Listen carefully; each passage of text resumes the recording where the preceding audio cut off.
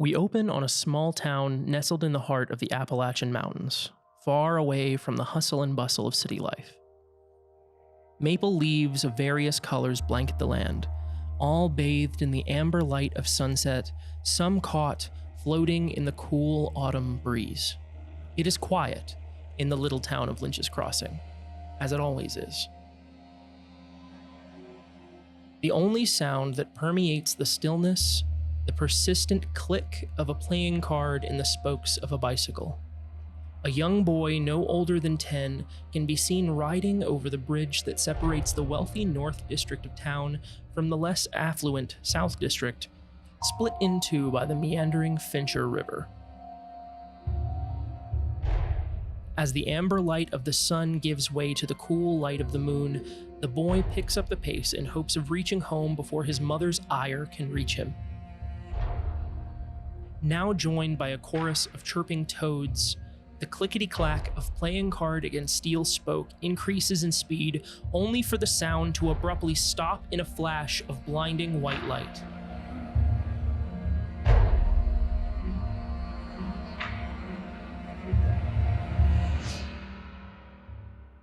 In an instant, all is quiet once more, and the boy is gone, leaving only the playing card as proof of his existence here. It is quiet in the town of Lynch's Crossing, as it always is.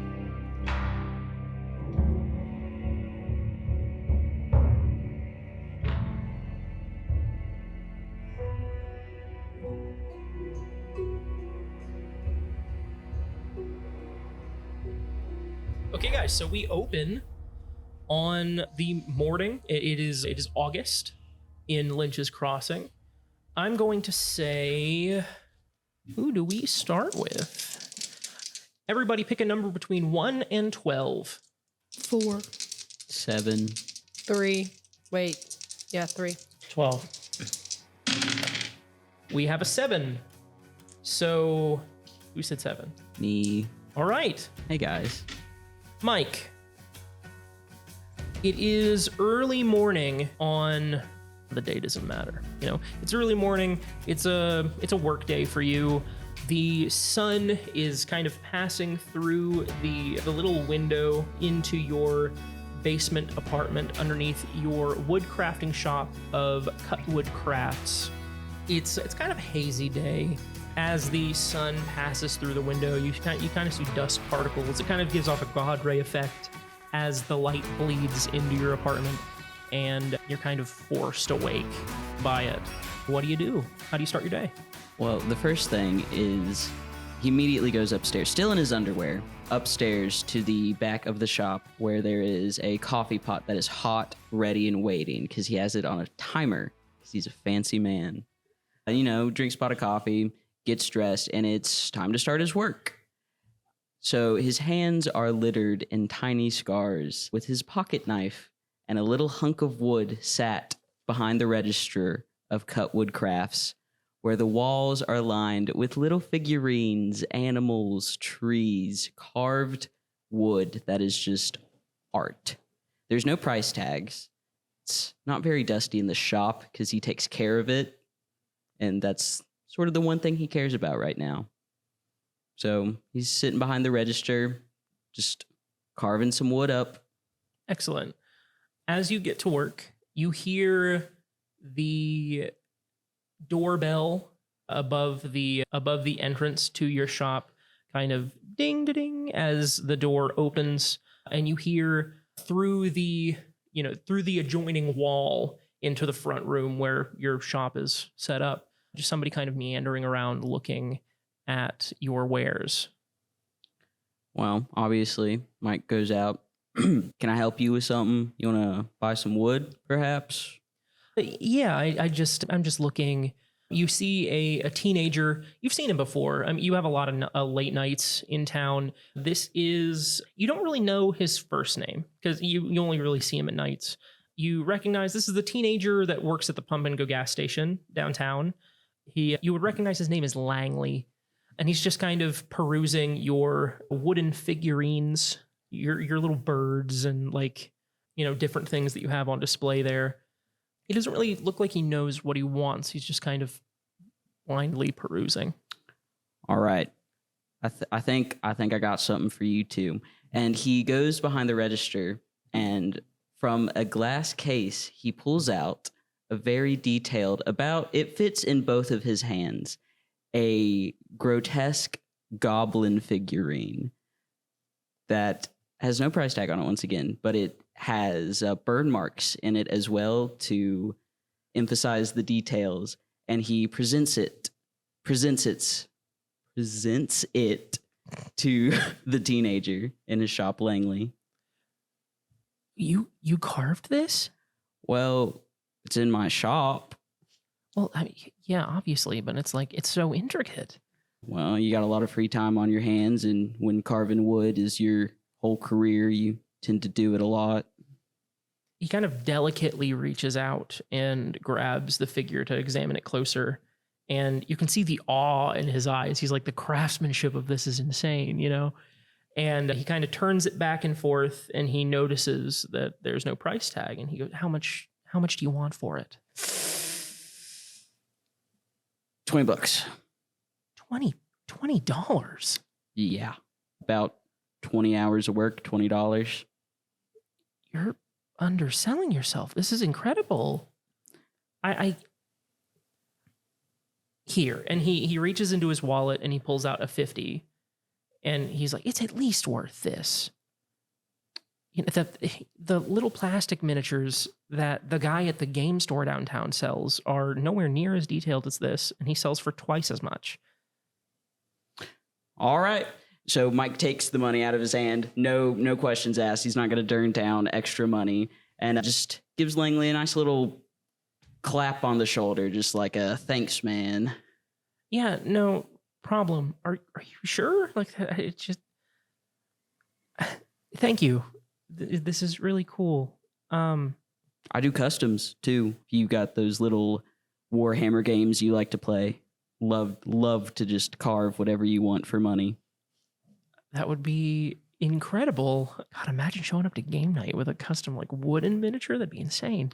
Oh, by the way, you come by Pump and Go at night occasionally. Yeah? That's where I get my dinner most of the time, yeah. Yeah, I thought. Yeah, I'm sorry. No. The hot dog roller has been down for like 2 weeks. I apologize. You've had to get those terrible like taquito things. Yeah, but I got sour cream, so it makes it all worth it. Okay. Well, I just wanted to let you know that the hot dog roller was fixed. Oh, heck yeah. I'll see you tonight, Langley. And Mike whips out his business card, which is an index card with his personal cell number on it Just and his like name. lazily written on it. And he hands it to Langley. Give this to all your nerd friends and also older women. They tend to buy my bird statues a lot. Whatever you say, sir. It's Archie, by the way. Archie Langley. Archie. Thank you nice. for remembering my last name. I mean, I see you like every night, so I guess it makes sense. But yeah, Archie. I'll see you around. Hey, you be good to your mom. I will. Thank you. And Archie, he looks at the statue that he bought and then looks back at you and then just kind of realizes that he's kind of in an awkward position at the moment, and he just turns tail and runs out. Mike goes back to carving his little block of wood. Excellent. And while you get back to carving, we are going to transition to Jim. You, around the same time, you notice the sun beaming into the 2 windows in your yurt as it's kind of like blocked by the trees. You're kind of in the middle of the Lynch's Crossing State Park. You've got your own little piece of heaven kind of carved out here, untethered by the local economy. You have your own electric, you have solar power for electricity. You collect rainwater for your water. Like, you are entirely self-sufficient. And so you don't really have anything to do this morning as the light pours into your bedroom and it kind of, lulls you awake. How does Jim spend his morning? Well, firstly, I think he gets up and he's also still in his underwear because he has no rules he has to follow. and he sits down at his the one piece of sort of like big technology he has. He has a pretty sweet gaming computer. He sits down and he just kind of, he checks, his emails, his messages. He checks, Twitch, see what's happening on there. He's thinking about streaming later, but, he doesn't know. So speaking of emails, you're looking through your inbox. Yeah. And you see an email from the Lynch's Crossing Times. You subscribed to the digital newsletter because you hated getting the newspaper every day. It's a waste of paper. That's what I always say. Waste of paper. So you get an email from the Lynch's Crossing Times that has like this abrupt like headline that's like missing child disappeared in the night. How do you react to that? Really, I think he just thinks it's another piece of news. He's kind of tired of the news. Okay. Is he gonna like investigate any further? Or is he just like, I don't care about this email? He'll probably call Mikey later and tell him about it. But okay. Other than that, he's done with it for the morning. Okay. So you're going through your emails. You're checking Twitch for any updates. Yeah. Seeing when when he's gonna stream, and drinking some coffee. He's got that cool gamer coffee, The gamer coffee? Yeah. The one. And he opens his mini fridge and sees all his G Fuel, his gamer fuel energy drinks, and he's tempted to have one, but he's gonna save it for Twitch later. But excellent. Yeah. You get a text. You hear like the familiar of your ringtone, and you see a text from your boss, Big Al at Big Al's Hardware and Surplus. What does he want this time? He better not be asking me to come in. Today's my day off. I'm gonna relax today. But so you open up the text, I assume. Yeah, and it just reads, Jim, kid called off. Need you here. Love you, bye. Why does he always end his damn text messages with love you? I barely know the man. He's just my boss. Ugh, I guess I'm going into work today. Ugh, oh, Big Al, he's lucky I love him. I think that might be why he signs his text "Love you, bye."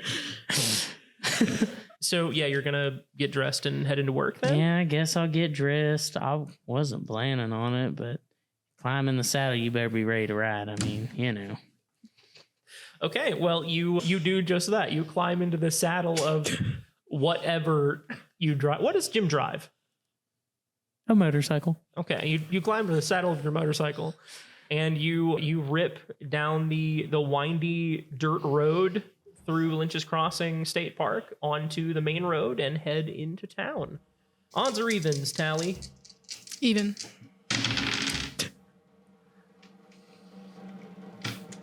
Barney, much like everyone else, it's pretty early in the morning. You wake up. Describe what your place looks like. Mine looks like an old-timey mansion, kind of rich, kind of up in the class. It's also why people kind of think whenever they see me in my casual everyday clothes, it just doesn't fit. I'm actually walking out around my house in satin pajamas and a robe, looking like I'm getting ready to go to big fancy dinner, even though I'm just going for my breakfast. I walk through the house saying hello to all my maids and butlers as I go through. And I stop in the little dining room, and I'm eating my breakfast and snapping, getting my tea in my cup and everything like that, as my butler brings me my mail, because I don't have an email. I don't believe in the computers. I don't trust them. I don't think they're well. Think of like, I'm a super old person that doesn't understand technology, and so I just don't have it in my house. Okay. So your butler, what's your butler's name? Jeeves. Jeeves, excellent, classic. Your butler goes, "Your mail, sir." And he hands you just kind of a stack of letters and the day's newspaper. Oh, yay, the paper. Let me read through this first. A child goes missing. That's nothing new, especially around here. So where's the business part of this paper? Do they never have anything about the money? I throw it across the table, and then I'm looking through the letters, and I see some stuff from my company, and I'll read that later. Sir, Lynch's Crossing is a small town. There aren't many businessy goings on here. That is, unless you count the university, but most people don't. They ask me for money all the time. I give them a little bit of funding for their library, but they ask for more. I'm about to cut ties. Oh, far be it from me to criticize you, Master, but you do know how your donations help out the children and how they love your book donations, yes? Yes, and one of the children up there keep coming to pester me, but saying I'm family of some sort or another. Do you mean young Master Gigi? Yes, that one. I wish you would leave me alone. I have better things to do, like running my company and getting more people to know who I am.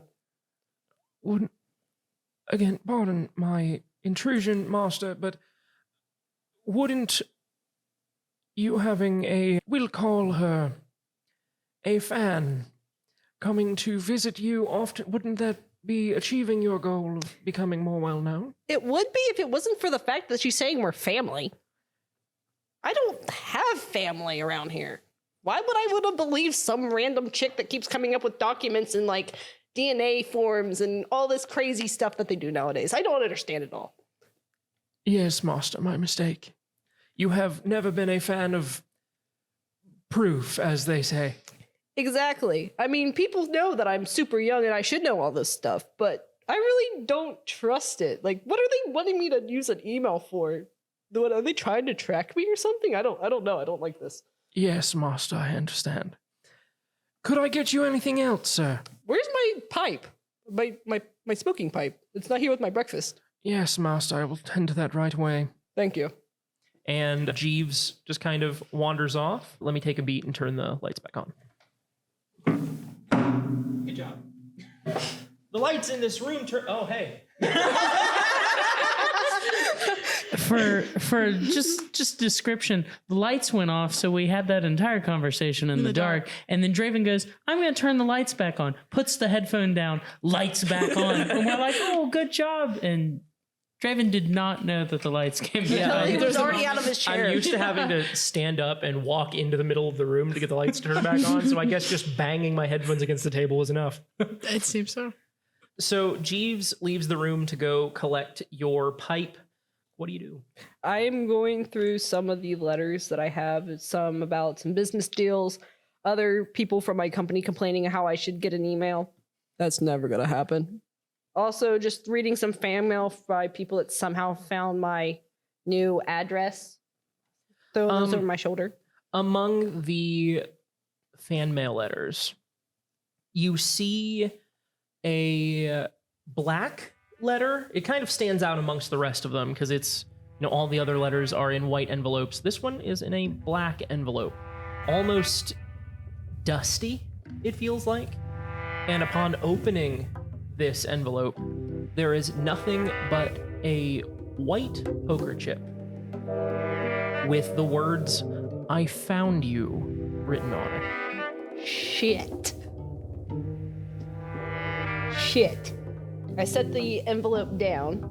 Barney sets it down on the table, and he's just sitting there collecting his thoughts. And then he just out of the blue with anger, "Where's my pipe? I need it now!" "Right away, Master."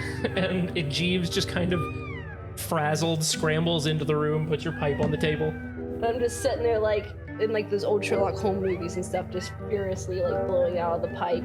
And then I decide I'm pacing the room, instead looking at the letter that's sitting on the table. I brought your stress balls, sir. Thank you. These things are great. I'm so glad people created them, and I'm just like smoking and like walking and squeezing this thing to where it looks like it's about to bust as I'm like contemplating what's happening with the letter. "I shall prepare another stress ball, sir."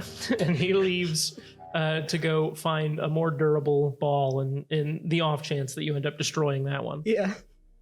So while you're doing your back and forth pacing, Gigi,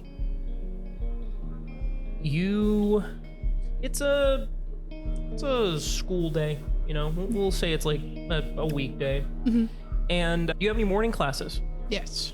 Okay. So you're probably already like up and getting ready for your classes. What's your first class? Probably English literature. Very cool. I think Gigi is kind of like throwing on a t-shirt, overalls. They throw on their boots. They're shoving various books into their tote bag. They have a huge tote bag. They throw it over their shoulder and they're out the door. So you're on your way to English Lit, and the ever familiar voice of your patron chimes in. What now? Where are you taking me today? I have lit class. You should know that by now. English literature. Correct. So boring. Well, I chose this major, not you, so it's pretty entertaining. Any choice you make is a choice for me. I know that by now. It's been a few years. You should skip class today. I don't skip class. I mean, I have work after anyway. Why would I? It'll be fine, won't it? I'm not so sure, Gigi. It seems like the walls of the room get closer and closer every day. Gigi takes a big, deep breath, and they're trying to shake themselves out of panic. They're kind of just gonna start to fidget with a keychain on their bag and be like, I have to go to class. I mean, I have enough credit hours and I don't have enough skip days to afford this, so. If you insist, Gigi, you will owe me, of course. I know, we can after class, please.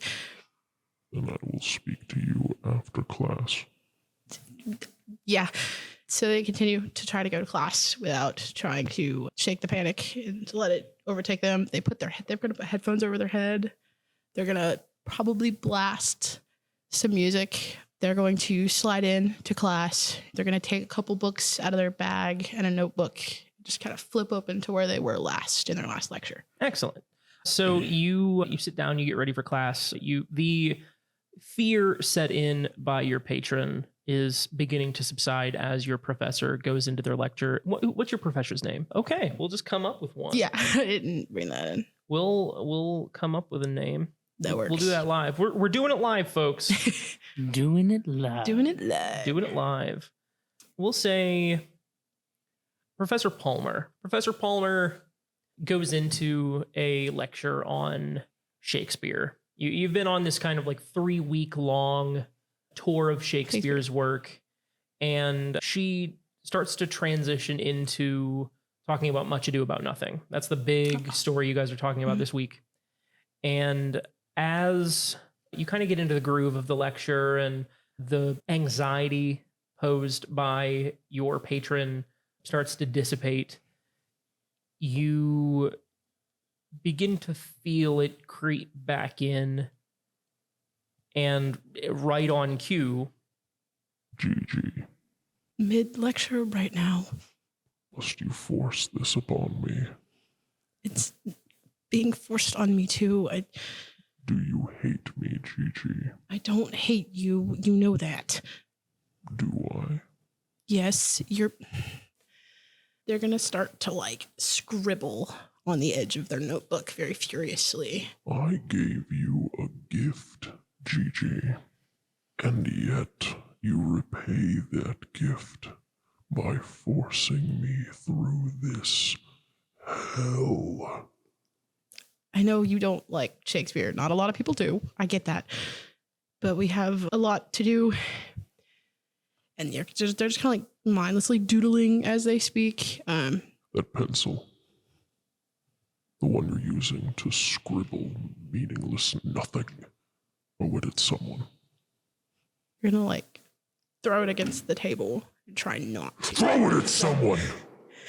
She picks it up and she tosses it. She doesn't look. She doesn't try to look at who. She just tosses it. She tries to make it look like she just kind of. Cute. and the pencil just kind of goes across the room, and bean somebody in the back of the head. Do me a favor, roll me a... Go for it. Roll me plus cool. That's awesome. That's a -1. That's an 8. Okay, so that's a mixed success. I'm going to say that you, the person that received the pencil turns around and you manage to just kind of like, you've grabbed another pencil Out of the bag. and you're just kind of writing. And the person like is looking back in your direction and they know somebody in your part of the room threw that pencil. But nobody else seemed to notice that you threw it. The professor doesn't notice, like nobody else in the class noticed. But that person knows somebody back there threw that pencil and they're going to figure out who did it. But the lecture goes on as usual, and it thankfully ends without another interruption from your patron. And as class ends and everybody's transitioning out of class and heading toward their next class, and you're packaging up your things and getting ready to leave, the guy who got hit in the back of the head with the pencil stands up and comes over to where you were and is just kind of asking, like, did you throw that pencil? Hey, did you throw that pencil at me? And just kind of is interrogating everybody. Roll me another plus cool. How you guys? Oh, come on. No, we're good. That's a 10. Nice. Yeah, you They're managed, like frantically putting you their shit. managed to They're pack your out. shit up and get out of there They're before he out. has a chance to interview you. And by the time you make your way out of class and you're headed to your next one, you overhear a conversation amongst a handful of kids in class, like right outside of the classroom. And one of them says to the other, "Did you hear about that boy that just like disappeared last night?" Yeah, like they said that like he was just riding his bike and then he was, just a couple houses away from his place and then he just disappeared. His bike was left there. Like, I don't know what's going on, man. Something's weird in town. And you notice a lot of other people having a similar conversation about this boy that randomly disappeared. I think Gigi's gonna spy on the just kind of walk a little closer to the first people and just kind of eavesdrop, just kind of mind their business. They kind of have like one of their sides of their headphone off towards the people, just kind of like, and they pull their phone out of their pocket and they're looking and they're trying to kind of look at the news, see what the people are talking about. Okay. And, this conversation reflects the first one, just people talking about just a boy, just honestly, the string of random disappearances that have been happening in town where, just people randomly in the middle of the night are just disappearing.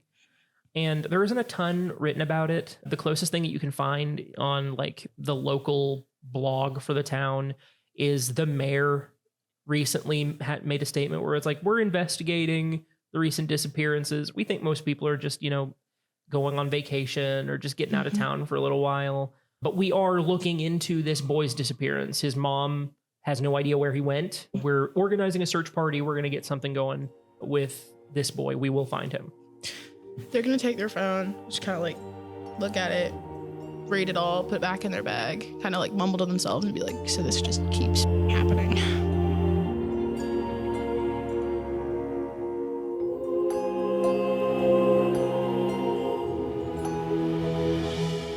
Hi, everybody. It's Dravin Gibson, your storyteller. I hope you're enjoying the first episode of our podcast. We're going to take a quick break here to talk about some of our sponsors and the people that make this show possible. So first and foremost, this show would not be possible without the generous support of Glenville State University.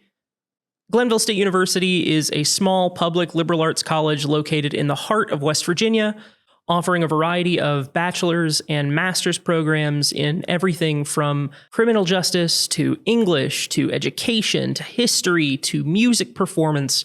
If you're searching a program to help pioneer your future, Glenville State University probably has what you're looking for. If you're a fan of the show and you're looking to contribute, or maybe you're just looking for the university that'll help you pioneer your future, head over to Glenville.edu, that's Glenville, to learn more. The show is recorded, edited, and produced by Pioneer Media, Glenville State University's Broadcasting and Radio Department.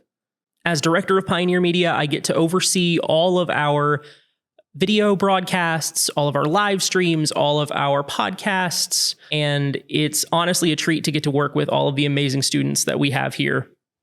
A quick shout out to the students that made this episode possible: Allison Boggs, who plays Barney Fitz, Alex Sampson, who plays Michael Shirley, and William Mullins, who is another fantastic student worker that works for us. Thank you all so much for helping make this show possible. It has been fantastic to work with all of you, and I hope that you at home are enjoying our show just as much as we enjoyed making it. We really do hope you're enjoying the show. Your comments are important to make sure that we are crafting the show that you want to listen to. Feel free to send me an email at Dravin.Gibson@Glenville.edu and leave a comment letting us know how you feel about the show so far. If your comment's fun or makes us laugh, it might even be featured in this section of the show. Or if you say something negative, I might put you on blast. Who knows? So that about wraps it up for this section of the show, and we will return to your regularly scheduled programming.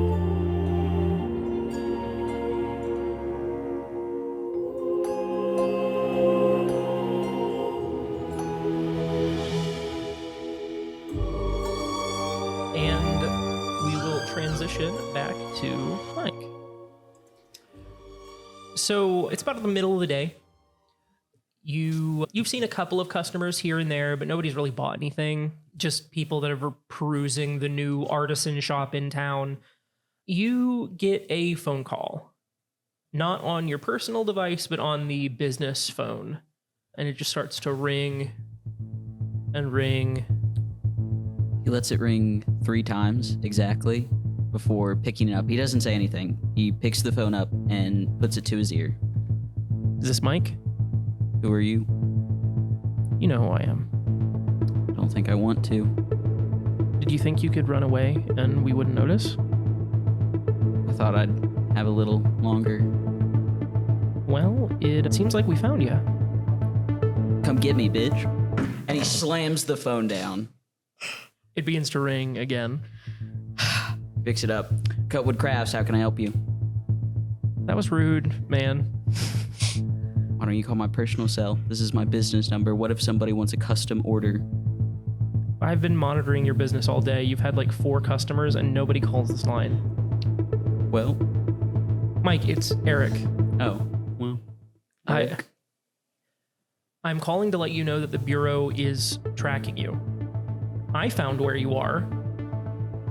They will eventually. Why Lynch's Crossing? Of all places, why the one place you were doing research on? There's safety here. Is there? I'll find it. I have to. You know what goes on there. And I know there's something more. There has to be. What other explanations for it? Okay, man. I'm gonna do everything I can to make sure the Bureau doesn't find you. Keep yourself safe first. You think I don't have, like, I'm on 5 levels of VPN condom right now in order to call you. You don't think I'm not protecting myself? The amount of risks I'm taking to warn you that the Bureau is on you? I actually only recommend 1 condom. If you layer them, the friction can cause them to break. Shut up, Mike. This is serious. I know, Eric. Look, just do me a favor, okay? If you find something, whatever it is that you're looking for, take it and run. Go somewhere else. They'll find me anywhere I run. Yeah, but they're definitely gonna find you in Lynch's Crossing. I dyed my hair, so I don't know. I'm not so sure about that. Right, you dyed your hair. I dyed my hair. Opened a wood cutting business. The wood crafts business. Thank you. And you're in a relationship with that weird cowboy guy. He's okay. Look, he's a little weird, and yeah, he's got that gross magic stuff. But have you heard him speak? Yes. Are you kidding? Look, I'm not going to get into your relationships. The important thing is that you're protecting yourself and that you are just don't be an idiot, okay? Like, don't get into any sort of, Eric, I'm gonna be honest with you. I'm digging a really, really big hole. I'm tunneling. You're doing what? I'm tunneling, Eric. I got it. What the are you talking about? I got a tunnel going. Don't tell anybody about it. Where are you digging? Why are you digging a tunnel? What? You'll see. And then he hangs up the phone again. Okay. So after that nightmare of a phone call, you once again hear the doorbell ring as a familiar face clad in leather and a cowboy hat strolls in on his lunch break from his work at the hardware store. You see Jim. Before Mike got this phone call, he was dusting the shop. Huh? So he has in his hand a feather duster, a cleaning bottle of a clear liquid, completely unmarked, just a clear spray bottle, and a little apron on to protect his jeans and his jacket. And Jim walks in and he just looks at him and shakes his head. I thought I might visit you on my lunch break, you know. Did you bring lunch this time? Yes, I brought you lunch this time. It was one time I didn't bring you lunch, and you bring it up every single time I come in here. Did you bring lunch this time? Of course I brought you lunch this time. What is it? A sandwich. Ooh, I love a good sandwich. All right, fine. You can stay, but don't touch my wood crafts. You know I wouldn't touch your product that you're selling to the people. Hey, did you happen to pick up a newspaper today, or anybody tell you about the news? I haven't felt the actual sun on my face in quite a while, so I haven't picked up my paper now. There's something I got the email. You know I like that email because they're wasting paper. I don't even know why you have a computer. It's because of the stream, but whatever. It said something about a boy missing. I didn't think it was anything important, but I thought I might bring it up to you. You might have heard things. A child's missing, and you don't think it's important. You know how I feel about kids. We've talked about this. Show me the email. He just sighs. He just walks over to Jim.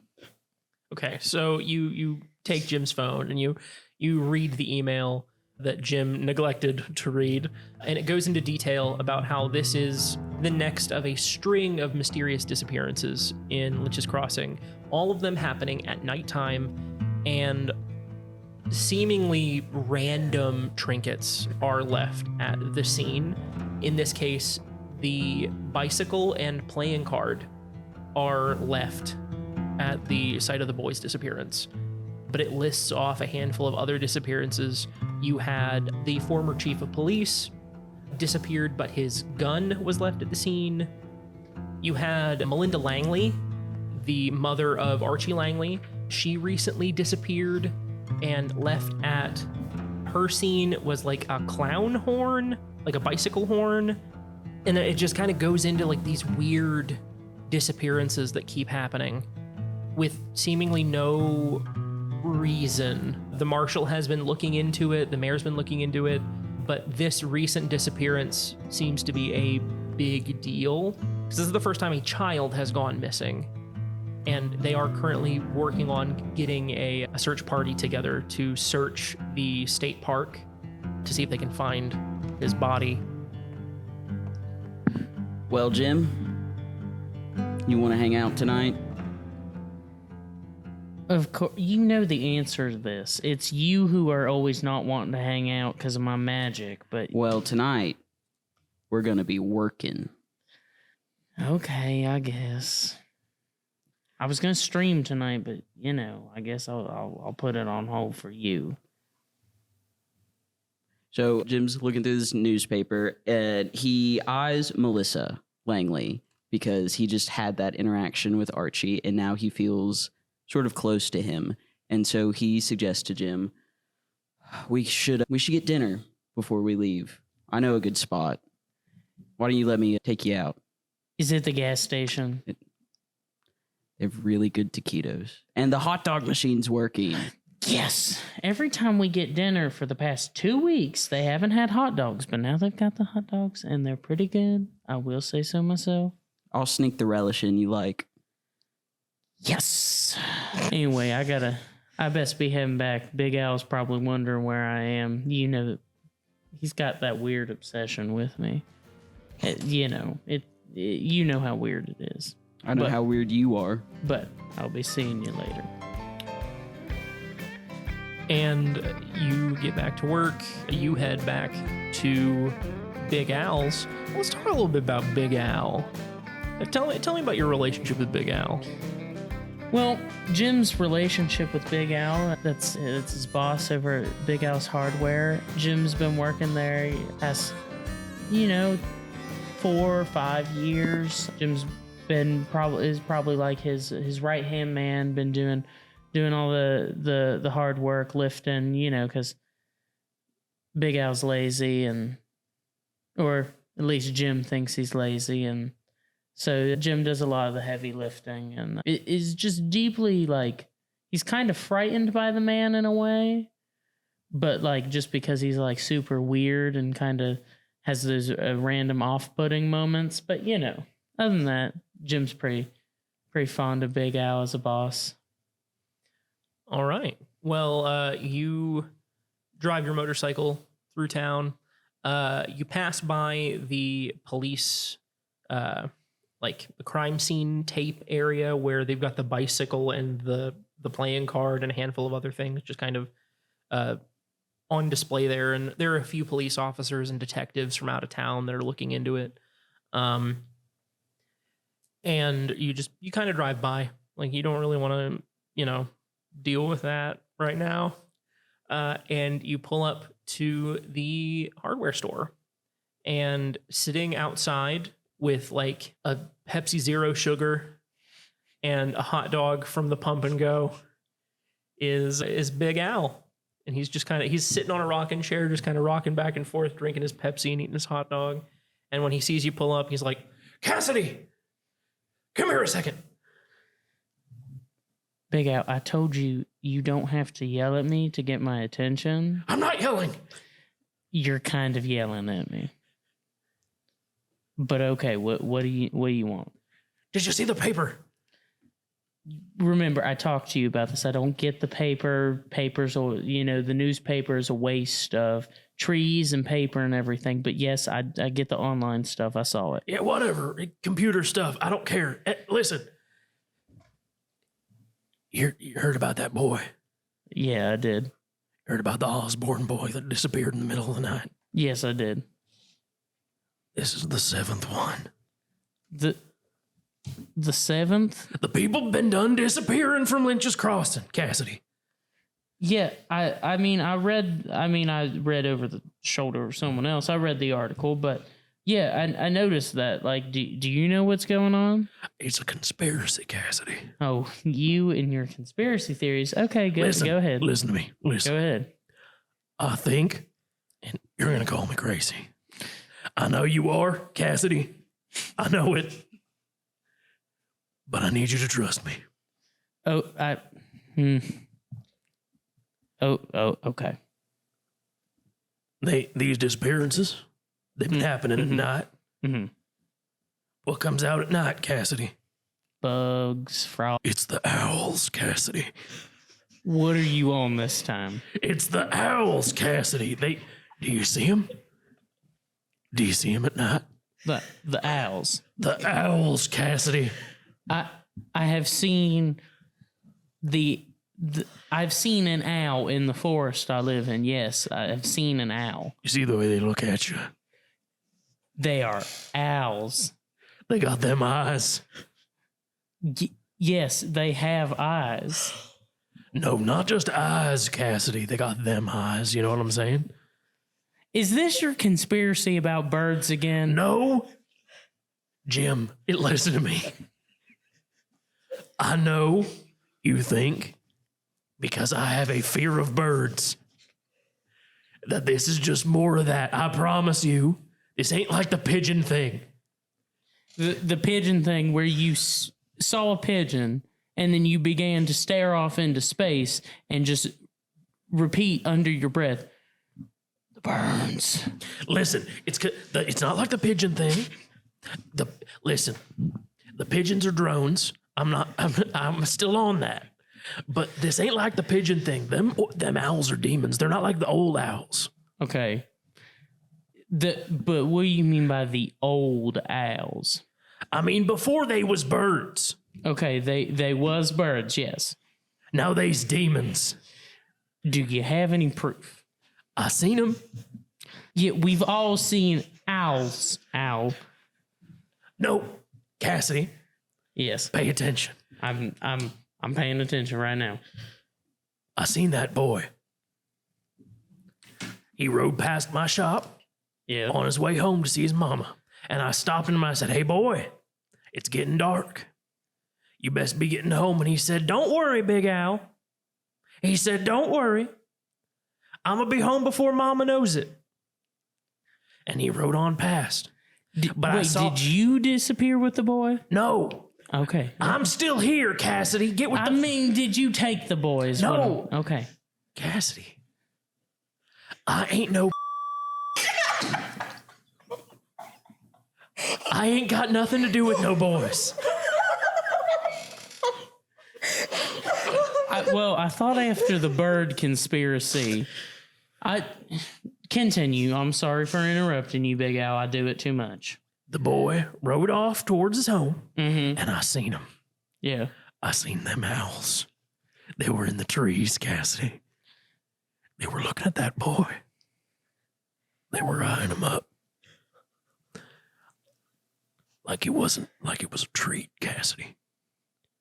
And when he rode down into the lower city, they followed him, Cassidy. Are you sure they weren't just doing like owl stuff? Listen, Cassidy, I've seen an owl. More than one in my time. When I was in Nam, Were they in the trees? You tell me this story all the time. The owls were in the trees, Jim. The owls were in the trees. I've seen an owl. They got the eyes, right? They're scary. Mm-hmm. Owls is scary. Yeah. Just like the pigeons. No, the pigeons is drones. They scary because they's the government. The owls, they's got scary eyes in general because they is predators. But these owls is different.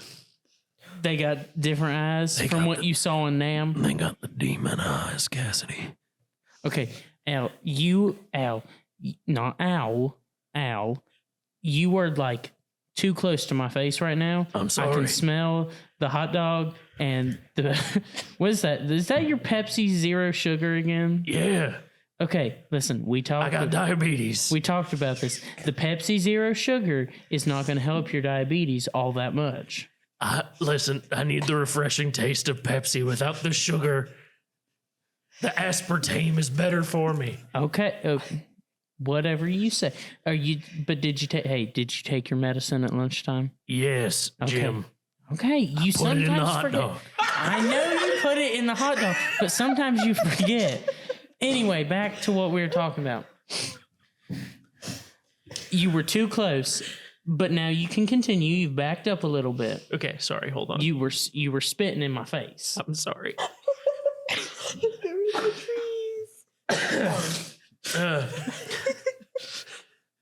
Sorry, that voice is just, it's... I love the voice. It's Big Al gets more unhinged as this conversation goes. But yeah, anyway, Big Al, owls. Birds.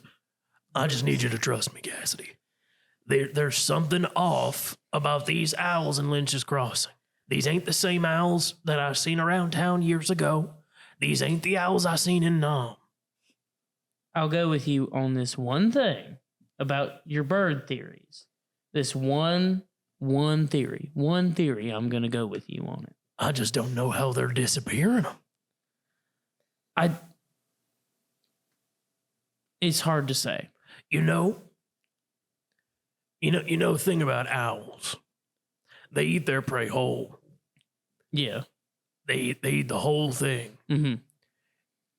And then after they eat the nourishment, they spit up all the inedible bits.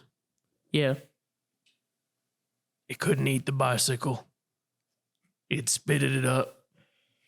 But how does that explain the playing card? Couldn't eat that.